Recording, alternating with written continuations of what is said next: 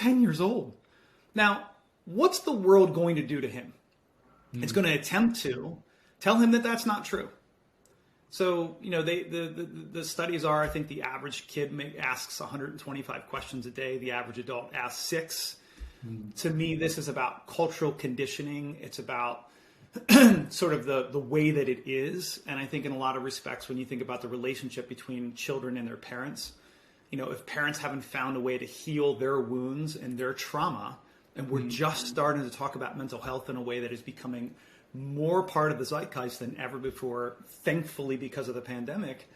I think what it's doing is helping us to understand that like 100 years ago, there were no physical standards. We didn't understand that working out was a good thing. So if you look at the long arc of history in terms of humans and our existence here, I think in some ways we're not behind the curve. We just are kind of in the middle of figuring things out.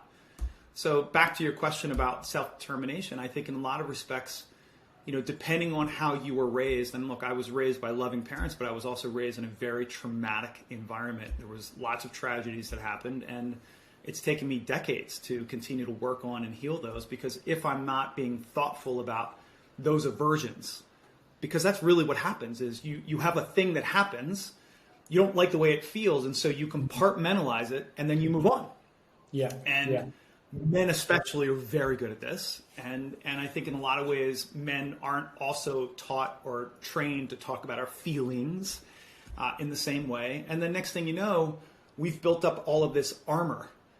And this armor doesn't allow us to sort of feel things. So then what do? Well, we do crazy stuff. We do things that aren't in our best interest. And I think at the end of the day, I think our opportunity isn't to teach people how to do it. I think it's to model the way, to be the example, because I think one of the loops that we've gotten into in society, and particularly in the last couple of decades in the self-help and personal development space, is follow my way.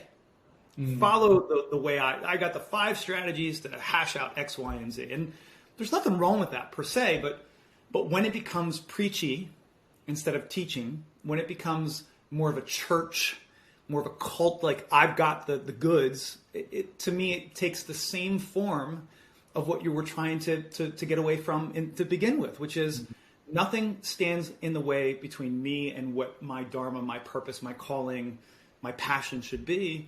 And use these tools and these instruments. Imitate others for sure until you figure out your own unique expression or how to listen to the song in your heart. And I think in a lot of ways, we're just at the front end of this conversation.